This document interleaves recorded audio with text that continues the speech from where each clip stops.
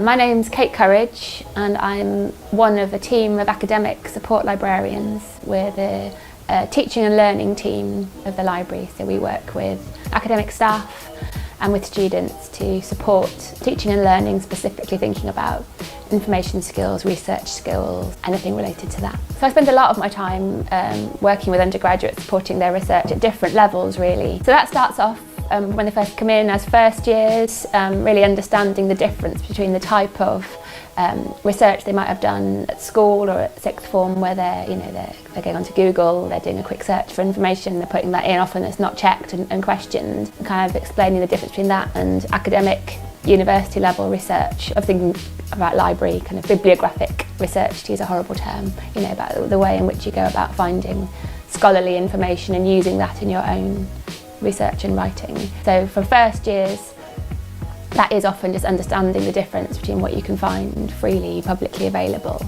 and what you might want to go into more specialist resources to find, and like types of information, what is a scholarly monograph, what does a journal article do, what's the difference between the two of them, what's the difference between those and things that aren't at all peer reviewed and just publicly available on the web. And then that goes right through kind of honours level, where they're doing longer extended projects that need a lot more independent research, through to dissertations, and I spend a lot of time working with dissertation students and devising kind of programmes of support so that they can really develop into confident researchers looking ahead possibly to postgraduate research. The approach that I use is different for every module and every subject area and every academic that I work with, because what I try to do, and it comes partly out of a project that the library used to run called Student as Researcher, which now we don't run with that name in the same way, but we use lots of principles for it kind of in our own teaching, is that we devise our teaching as closely as possible with the academic who runs the module. So I'll go into a module, say, and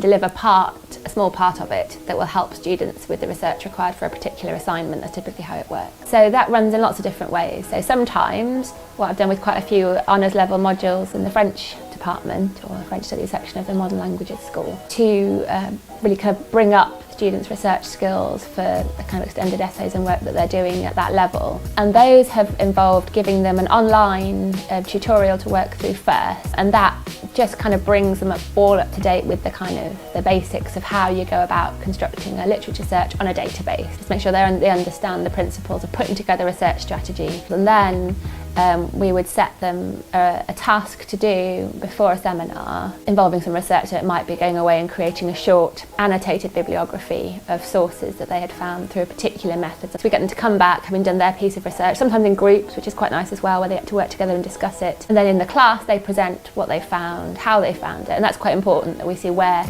their methods are, how they're going about finding these things. And then I and the module tutor will comment on what they found. So the module tutor can comment far more authoritatively than I can on what they found and how useful that is for the module, and I can comment on where their methods, their approaches, and if there seem to be gaps in where they're not looking and approaches they haven't tried. Particularly in the English department, we devised a programme, we as me and Rochelle Sibley from the Writing Centre, devised a programme that supports them from their proposal writing, to get accepted to do a dissertation, right through to submission. The bits that I lead on, rather than kind of supporting Rochelle with, are around that kind of the research process. So thinking about, what's the difference between the type of research required for an essay. It's like the kind of transition thing again from sort of school to university, the transition from doing an essay to doing a dissertation. So that goes then right through things like critical engagement with that literature and with those sources. And then we move into things like the kind of structuring and the writing up. And we encourage students to peer review each other's research and give each other really good feedback, really constructive feedback on what's working.